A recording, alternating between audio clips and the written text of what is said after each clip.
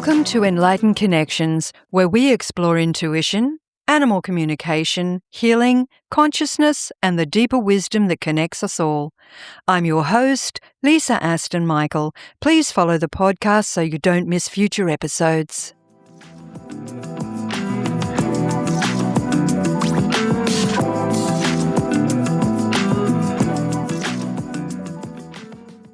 Welcome, everybody. Welcome back to Enlightened Connections. And my guest this week is Holly Burns. Now, if Holly's name sounds familiar to you, it's because she joined us back in April for a fascinating conversation about channeling, universal consciousness, and her connection to what she calls the all-knowing realm.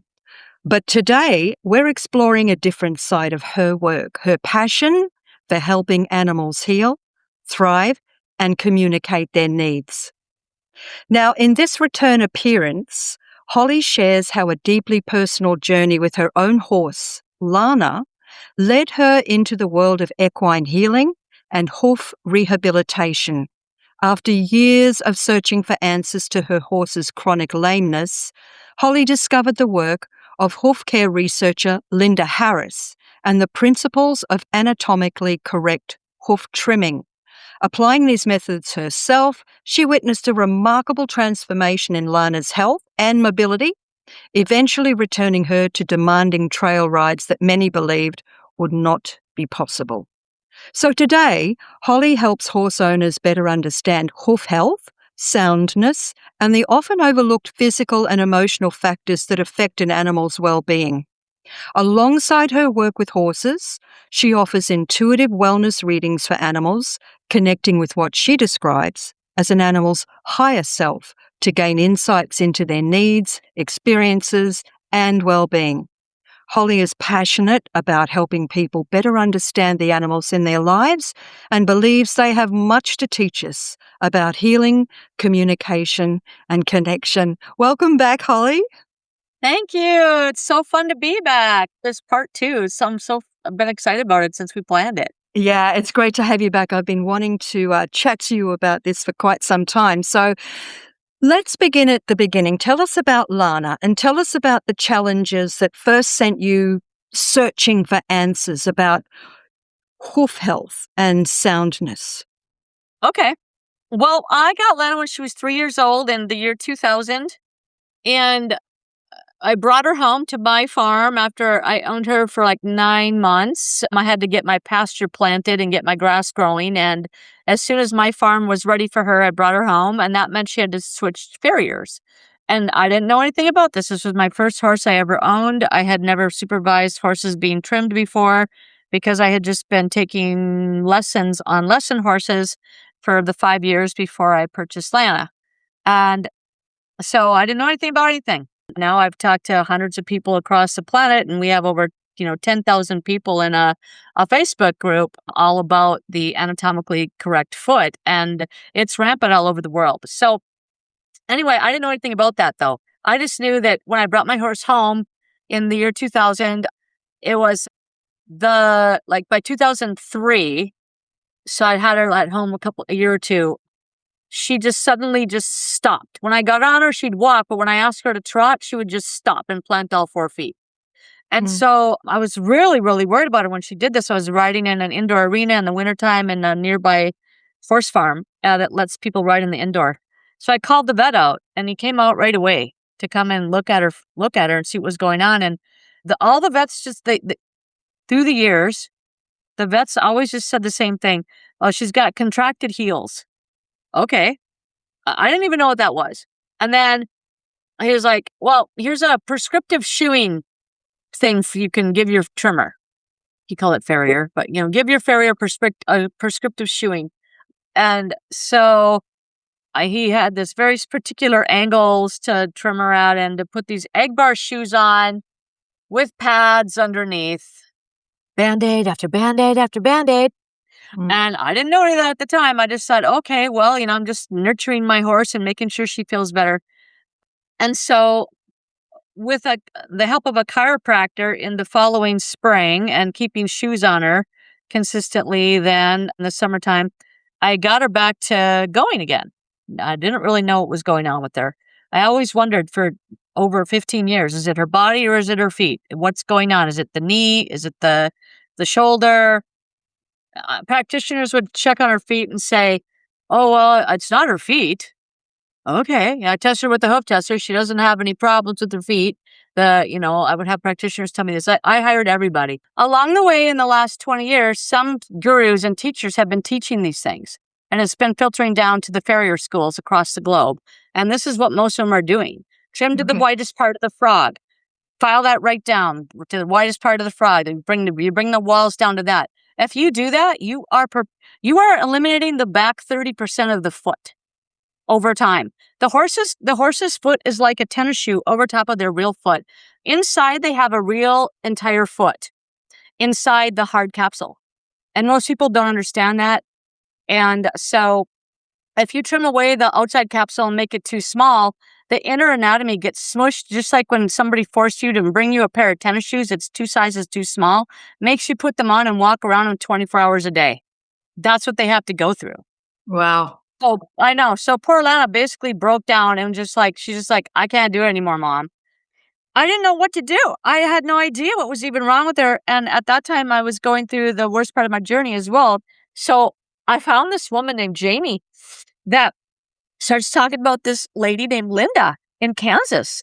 I think I got to find this lady that Jamie was working with. And I remember that her name was Linda Harris. I remember she was from Kansas. And that this thing was TACT, that she was doing this thing called TACT. I'm like, okay. So I searched on Facebook and I found a lady with a horse's eye for her profile picture. And I'm like, oh, that's got to be her. So I sent her a private message on Facebook and she didn't answer me back. And I'm like, okay, I'm alone in the world. I'm literally alone in the world. I have nobody to help me. I don't know what to do. But I was like, at the same time, I was just starting to learn about manifesting and creating your own reality. And I was following Abraham Hicks videos religiously, and my spirit guides were really working with me to do this as a career. And so I was really engrossed in all of that. And I was just like, well, you know what? I'm creating the reality where my horse gets better. I'm not accepting that she doesn't get better. 7 months later, I get a message back from Linda. Oh, I'm so sorry. I didn't see your message. I'm so sorry to hear about Jamie passing away. She was such a sweet woman. She remembered Jamie and everything. And then she's like, send me some pictures of your horse's feet. So I sent her some pictures of my horse's feet and she started sparking out orders of things for me to do. Get a protractor, get this, get that, get a Sharpie, get out there, do this to her, map her foot and do this. And I'm like, what? I don't know how to trim horses. I don't know how to do horses' feet. Are you kidding me? Like, what are you talking about? And so I tried to get the farrier to do it. And that most of the time doesn't work. So it didn't work. So I tried, though. I did try. We even did a virtual trim where I'm on the computer with Linda and she's looking at the foot and she's telling me the trimmer how to trim. But most trimmers aren't really excited about that. They want to do their own thing, their own way. So one day I just got myself some tools and I never called the other guy back. And I have been trimming my own horses since then. That was 2017, February of 2017. And I have trimmed my own 2 horses. No one else but them has touched them since then.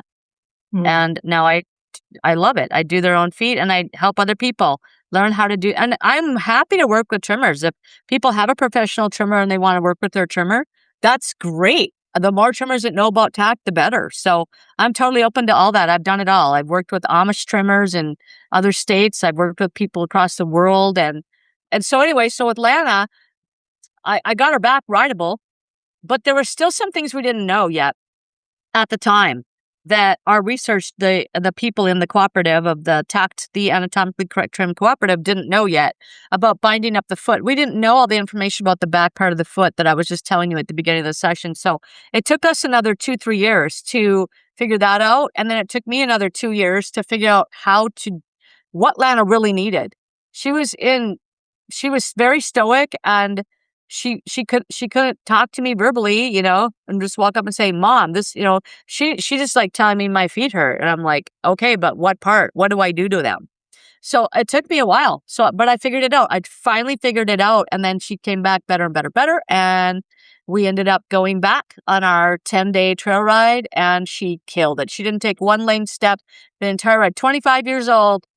she didn't, like I said, didn't take a lame step the whole trip. So yeah, so That's fantastic news. That's a very, very long road for you to take and her. very, very long road. You know, for the listeners who may know a little about horses, there's some jargon you've used there that people may not know about frogs and mapping hoops and so on and so forth. And they can easily find a picture on Google of a horse's hoof underneath and the frog and how sensitive the frog is. So all of this that you've been talking about, Holly, is easy enough to trace back and have a look. But for listeners who know very little about horses, why are healthy feet so critical to a horse's overall well-being? And what are some of the most common problems that you see today? Well, just like people, the horse's feet are the foundation to their entire health system. Just like, you can touch point in a person's foot and it's connected to their major organs. That's the same thing with horses' feet. Like their feet are really connected to their circulatory system. The blood pumps up the leg as they walk, and their metabolism ends at their feet. So if the feet aren't working right, and the metabolism can sometimes not work right, so they can have metabolic issues like Cushing's, insulin resistance, lameness, founder, all kinds of sicknesses can happen when the feet aren't working right because it's really connected with their whole body. Plus, horses stand on their feet 24/7. They only nap for a short time off of their feet per day, and they need their feet to stand back up as well. They have to have good feet to be able to get their feet out in front of them and put all their weight on their hooves to get their bodies, their 1,000 to 1,500 pound bodies, back up on all fours. And so and plus it's the alignment of the bones as well. If their feet aren't correct, that screws up the skeleton all the way up to the entire rest of the body, just like it does in the human. It throws all the bones out of alignment. And so it just wreaks havoc with the entire rest of the body. And if you can imagine, they're designed to walk and eat. So they can't just say, oh, my feet hurt today, I'm just going to hang out and just stay off my feet. They can't stay off their feet. So they can't escape the pain. And so then the chronic pain can affect their whole demeanor. And then the chronic pain sends bad hormones out to the rest of the body. Completely different chemicals from the brain are being sent down to the body. And so the whole thing just falls apart. Wow, that's huge. I guess a lot of people wouldn't consider that, would they? That because it's the smallest part of the horse really is the hoof. Yeah. And yet it plays such an incredibly integral part. But, super, super important. Yeah. You've often spoken about the connection on your website, and we've had conversations before about the emotional, spiritual, and physical worlds. And I wanted to ask you how your own personal challenges during that time shaped the healing journey that you and Lana took together. Well, it made me really listen to my intuition and find my path, my most direct path to her healing. And because I had no one else to rely on but me, because I didn't have access to expensive equipment or red light therapy boxes I could buy for $2,000 or a padded rubber cushion cell to put her in every night. Or, I had nothing except for the foundational information that I could download myself and things that I could directly do for her, or just a few $100s here and there to be able to spend on practitioners. So it really, but at the same time, that's exactly what I should have been doing, because all the other stuff would have just been Band-Aids that would have elongated her journey and made it look like she was getting better because she would feel better, but it would have never really fixed the problem. And I might not have ever gotten to the bottom of it, which a lot of people don't.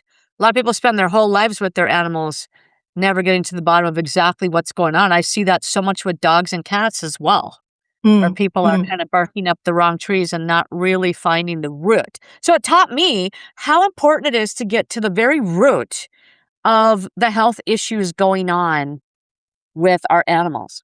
Yeah, I think that's really, really important, because if you do have all the money to be able to pay for the highest products and the highest vet care and the highest, you're sort of handing over a lot of it to to others in a Yep. sense, Yep. And in Yep. some cases, of course, you do need to do that if you don't have the know-how yourself. I get that. But there's something really precious. There's something invaluable about having to do it yourself, about having to say, okay, I don't have a choice here. I have to help this animal and I have to figure out a way to do this myself with this animal. And the communication becomes stronger, I think. I think there's a closer... Absolutely. Yeah, it creates a much stronger telepathic relationship if I you think have to so. say, I can't do anything more but what I can do for you right now. And sometimes I also feel that there are I believe there's reasons for everything. And I certainly have had that experience myself with my animals Oh, sometimes when yeah. I've had no choice but to help them help them myself. Yes. Yeah, it's huge. So, many of the listeners, having just said what I've said, many of our listeners have experienced that feeling of knowing something's not quite right, even when they're told otherwise. That's a big one, a really big one, Yes. right? Yes. Yes. What Yes. advice would you give to somebody who's trying to honor their intuition whilst also navigating expert opinions? Oh, I had that. I had that so many times. I also had it with my dog. I just felt that something was very, very urgently wrong with him about 2 weeks after he had had knee surgery, and it turned out he died, like, 3 days later in my arms, and the vet felt so I had been to the vet 3 days prior because I was so worried about him not healing very well after the knee surgery. The vet's like, "Oh, he just kinda poo-pooed me and sent me back home." And I just felt exclamation points. I just heard exclamation points going off, sirens in my head all day long, and I was so worried about him. And then when he died, unexpectedly, a couple days later, the vet opened him up for free when he took him to cremate him. And no, he didn't cremate him. He just offered to do an autopsy for free for me. And so he could find out what's going on. And here he found out he was full of cancer that had spread because of the surgery. When he got opened up from the surgery, he got the oxygen inside Right, his body, caused the cancer to spread very rapidly. right. And the vet was not suspecting he had cancer at all. Like, he totally missed it. And I didn't. I was like, "Oh my god, there's something going on. There's something not right, something not right, something not right, something not right with my dog."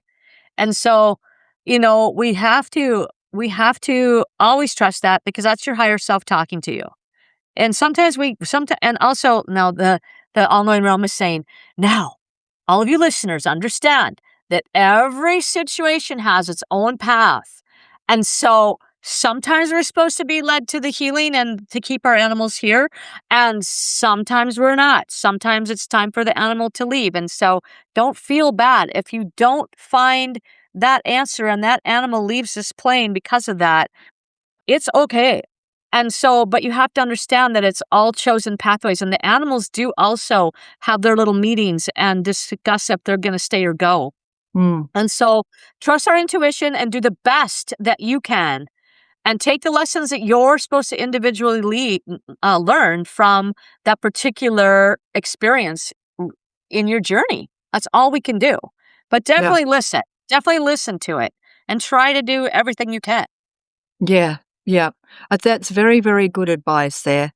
Very good advice because we can only do so much. We can do a lot with our intuition, a lot, but we may not have the equipment or the machinery or whatever is required to Well, and if help them that's the case, through. that's the path. Like, if that's the case, Yeah, that's the yeah, flow. Because, like, if the timing happens where you find out too late, or the timing happens 2 weeks before you receive an inheritance that you didn't know you were getting, and you ended up having to put your animal down, just know that that was the chosen path by that animal, and that animal wanted to exit at that time, and their just like humans. Just to explain, humans and animals both have exit points that they can take. That's the thing with the animals, and if everybody could have their little meetings after their which they all just said, "Well, you can," because they can do a session with me, and we can have a meeting with their animal and find out, why and I do a lot of that in my work. Why was it your time to go? Why did you go now? Why did you choose to leave? Why didn't you get well? So that the humans can have peace. Yeah. We Yeah. we have to just let them go. And I knew that she was gonna be very happy on the other side. Our animals are always 100% well and super thrilled to be home. So it's us having the problem letting go of them. It certainly is, and it's beautiful to know that they are waiting for us, and I know that to be a very true thing, that our animals are always waiting for us well, there is no other side really. They're just out of our line of vision, really. But and again, as you say, it's rare. It's rare that an animal has an issue with passing over. I don't think they have an issue with passing over. I think their issue is us. They don't want I us to agree. be worried or I you know, they know that because they pick up on our feelings and because they absorb our energy, if we're going through stress and, "Oh, I don't want you to go, and I can't let you go," and all that, they hang on and they hang on and they hang on for us. If it was up to Yes, them and we just said, "Oh, that's okay, we understand that you're crossing over now. I'll see you soon when it's my turn," they'd go, yes, "Okay, great. yeah. See you then," but it's I wish I us. yep. I Yeah, agree. I agree. yeah, They're totally more natural about flipping back over to the non-physical. They have no yeah, issue with it whatsoever. yeah, They're super malleable with that. They come and yeah, go super easily from this plane. yeah. And no, that has helped me let go of, my special soul friends that have been one by one leaving this plane in the last 2 years. I've let go of quite a few of my buddies, and so it helps. I think the more that we understand that, the easier it is for us as humans to go through the beautifulness of allowing them to pass back. Yeah, I fully agree. So, Holly, just to close up here, I wanted to ask you, what do animals know about healing that humans have forgotten?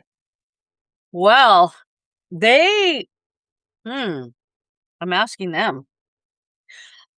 They're saying, well, like if we can live in our natural habitat, we will do things to heal ourselves if we have access to be able to do it.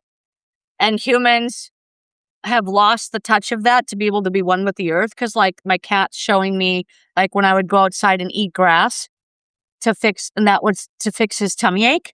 Cause the minerals and the vitamins in that grass is something he was lacking. So he knew instinctively to go out and eat grass. And horses will go eat certain plants in the pasture that will do because the legumes have different nutritional things, different flowers, different grasses. Like the other week, my horses were nibbling all the plants right around the edge of the riding arena. And my mare seemed like she was almost eating the dirt. And I'm like, what are you doing? Like licking. It's like she was almost licking the ground or the dirt. I'm like, what are you doing? I'm like, oh, she must have some sort of mineral deficiency I need to tend to and check on because she's trying to self medicate that by going over to this particular spot and doing that particular behavior. And so they're very energetically oriented and they're very in tune with what they need to do naturally that they could Mm, eat. So if they have the chance to eat their own natural food, which most of them don't, mm, and live in their mm, natural mm, habitat, which most of them don't. mm, mm. That's So very we have to true. try to remember that. We have to try to remember that all that is lacking for them. So we have Yeah, to try to help them to navigate yeah. So that. what you're saying is they're always trying to show us the natural world, and we're so caught up in the artificial world of prescription medicines and packaged foods and emulsifiers and all sorts of additives. We've forgotten about Yeah. the natural world and the natural ways, and the Yes. animals are, always showing us how to do that. Yeah. So, Holly, if people want to get in touch with you, if they want to talk to you about, perhaps connecting or communicating with their animals, or if they want some information regarding their horses, and I do have listeners, I know that the listeners, there's a lot of horse people listening to this. So, if they have any queries, and in Australia here, it's pretty rough ground, and we're kind of split here with people that prefer barefoot to being shod. A lot of people prefer the natural way, and we can see quite a big swing in the world also of going bitless bridles, and more consideration for the horses. So if people want to get in touch with you for some assistance with that, they can reach you at your website hollyburnsPsychic.com. And also at Facebook, you're Holly Burns Psychic on Facebook as well, and on YouTube as well at Holly Burns Psychic 1523. So, Holly, if there's anything else you'd like to add to this conversation before we go? Yeah, two Yes? quick things. Firstly, I'm not a barefoot person. I'm an anatomically correct horse person. So that is whatever that horse needs at that particular time that serves that horse the best. So I'm not against shoes and for barefoot. Like, I'm not like that. I'm like, let's get the horse anatomically correct and get the sole as thick as it's supposed to be. And then let's see how I use hoof boots with both my horses whenever I trail ride in Minnesota because the ground is wet here a lot of the summer. We get a lot of rain and they live on lush, soft pasture grass, which keeps their feet rather soft. And so then we go to the park where they haul in gravel on the trails and they have some issues sometimes with that. So I'm not against it. Whatever is going to make my horse the most comfortable. Mm. So just to let people know that. And then the second thing is that I also do have a sister website that is dedicated strictly to equines because it's such a big subject in itself when you add the feed in. So I designed a sister website called hollyburnsequine.com, and I'm on Facebook under that, YouTube, and the website, all under Holly Burns Equine as well. Fantastic. Fantastic. Holly Burns, thank you so much for this lovely conversation today and for sharing your journey with Lana. It sounds like it was all sorts of highs and lows and soul connections and heart-opening events and so on and so forth. And she taught you so much about trusting yourself, trusting her, and being willing to learn from the ground up. And what a beautiful gift she gave you. What a beautiful gift. The whole thing is a gift to me, and she sacrificed herself to help the world's horses. That was part of her soul plan. And I want to just thank you for having me on as well and for featuring her story today. So thank you so much.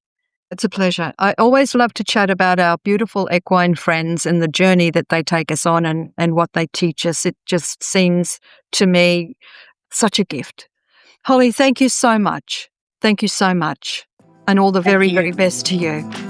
Thank you. Bye for now.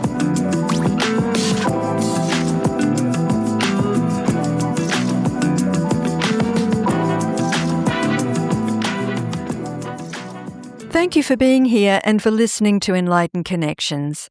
I hope today's conversation offered you insight, reflection, or a deeper sense of connection. If this episode resonated, please follow or subscribe and share it with someone who may benefit. All resources mentioned in this episode are listed in the show notes. You can also join me inside the Enlightened Connections Facebook community. I would love to welcome you there. Until next time, take gentle care, stay connected, and trust the whispers.